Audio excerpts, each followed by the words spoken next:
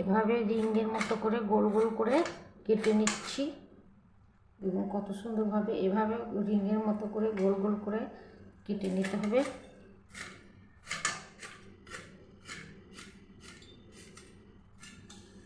আমি এভাবে সবগুলোকে কেটে নেব।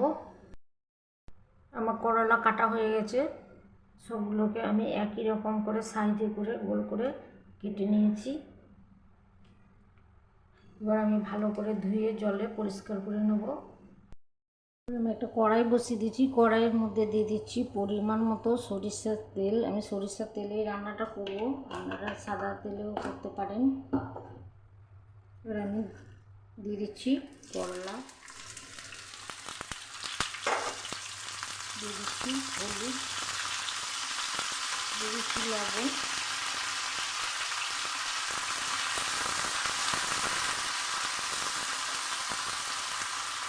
করলা আমি লাল করে ভেজে নেব। আমার করলা ভাজা হয়ে গেছে, করলার কালারটাও চেঞ্জ হয়ে গেছে, লাল হয়ে গেছে, ব্রাউন কালার চলে এসছে। এবার আমি একটা বাটির মধ্যে করলাকে তুলে নেব।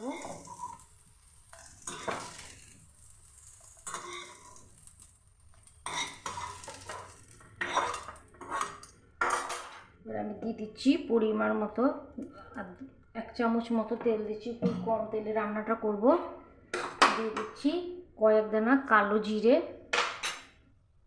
দিয়ে দিচ্ছি আদা রসুন বাটা, দিয়ে দিচ্ছি পেঁয়াজ আর কাঁচা লঙ্কা বাটা একসঙ্গে রেখে দিচ্ছি, দিয়ে দিচ্ছি কাঁচা জিরে ধনের গুঁড়ো,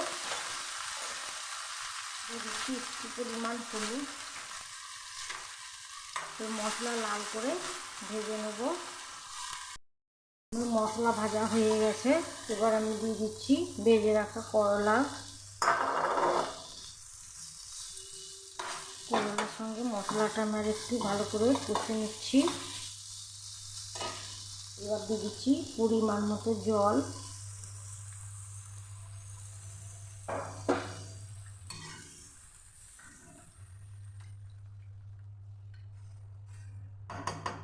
কিছুক্ষণ জাল করে করলা সেদ্ধ করে নেব। চেক করে নিচ্ছি, করলা সেদ্ধ হয়ে গেছে।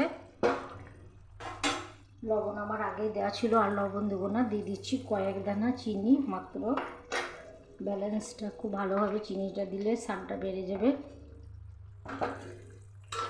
এবারে ঢাকনা ঢেকে গ্যাস অফ করে 5 মিনিট রেখে দেবো।